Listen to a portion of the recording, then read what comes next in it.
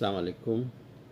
آج میں جس چیز پہ بات کرنا چاہتا ہوں بہت مختصر سی بات ہوگی، اور وہ آج کل سوشل میڈیا پہ محمد زبیر صاحب جو گورنر سندھ رہے ہوئے ہیں اور نون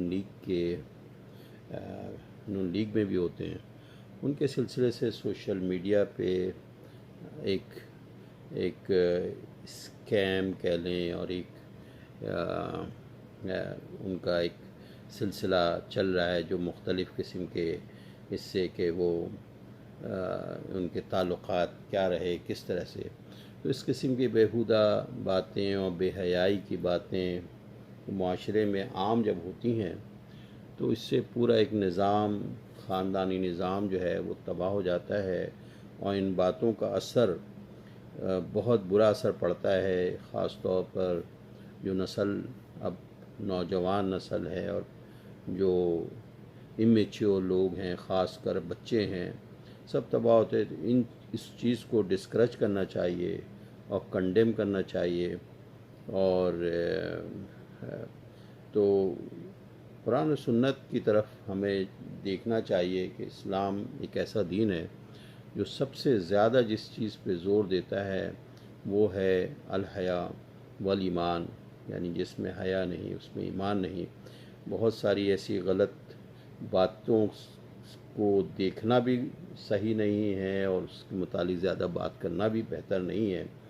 تو اس میں یہی بات اس میں ایک کتاب ہے مولانا ابوالکلام آزاد کی جو بڑی مشہور کتاب ہے غبار خاطر، اس میں سے ایک اقتباس اس موقع کے لحاظ سے پڑھتا ہوں۔ زمان حال کے ایک فرانسیسی اہل قلم اینری گائیڈ کی ایک بات مجھے بہت پسند آئی۔ وہ لکھتے ہیں، جو اس نے اپنی خود نوشتے سوانے میں لکھی ہے، خوش رہنا محض ایک طبعی احتیاج ہی نہیں بلکہ ایک اخلاقی ذمہ داری ہے، یعنی ہماری انفرادی زندگی کی نوعیت کا اثر صرف ہم ہی تک محدود نہیں رہتا، وہ دوسروں تک بھی متعدی ہوتا ہے، یا یوں کہیے کہ ہماری ہر حالت کی چھوٹ دوسروں کو بھی لگتی ہے۔ اس لیے ہمارا اخلاقی فرض ہے کہ خود افسردہ خاطر ہو کر دوسروں کو افسردہ خاطر نہ بنائیں۔ ہماری زندگی ایک آئینہ خانہ ہے، یہاں ہر چہرے کا عکس بیک وقت سینکڑوں آئینوں میں پڑنے لگتا ہے۔ اگر ایک چہرے پر غبار آ جائے تو سینکڑوں چہرے غبار آلود ہو جائیں گے۔ ہم میں سے ہر فرد کی زندگی محض ایک انفرادی واقعہ نہیں ہے، وہ پورے مجموعے کا حادثہ ہے۔ دریا کی سطح پر ایک لہر تنہا اٹھتی ہے، لیکن اسی ایک لہر سے بے شمار لہریں بنتی چلی جاتی ہیں۔ یہاں ہماری کوئی بات بھی صرف ہماری نہیں ہوئی، ہم جو کچھ اپنے لیے کرتے ہیں اس میں بھی دوسروں کا حصہ ہوتا ہے۔ ہماری کوئی خوشی بھی ہمیں خوش نہیں کر سکے گی اگر ہمارے چاروں طرف غمناک چہرے اکٹھے ہو جائیں گے۔ ہم خود خوش رہ کر دوسروں کو خوش کرتے ہیں، اور دوسروں کو خوش دیکھ کر خود خوش ہونے لگتے ہیں۔ لہذا اس سارے اقتباس کا مطلب یہی ہے کہ یہ ایک واقعہ جو ہے محمد زبیر کا، یہ ایک پورے معاشرے کی عکاسی ہے، نہ اس میں کسی کو بہت خوش ہونے کی ضرورت ہے۔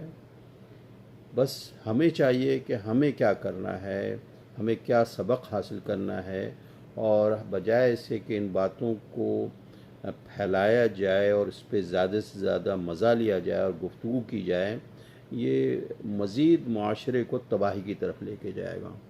تو ہمیں چاہیے کہ ہم پلٹ جائیں اسی طرف جو ہمارے اللہ کے رسول صلی اللہ علیہ وسلم نے ہم تک جو پیغام قرآن و سنت دیا ہے، کہ جس کے ذریعے دین پہ اپنے بچوں کو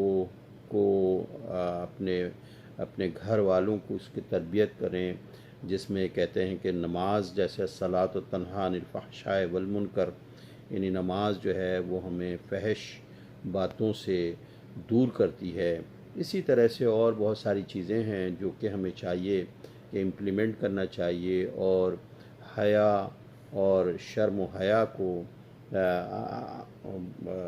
پوری طرح اس کو اہمیت دینا چاہیے۔ یہی ایک سب سے بڑا فرق جو ہے دوسرے مذاہب اور اسلام میں جو ہے وہ یہی ہے، شرم و حیا۔ اور وہ اگر پورے معاشرے میں اس طرح ایک واقعے کا اتنا چرچا کیا جائے اور تو اس سے بہت آگے آنے والی نسل جو ہے وہ بالکل تباہی کی طرف چلی جائے گی۔ شکریہ۔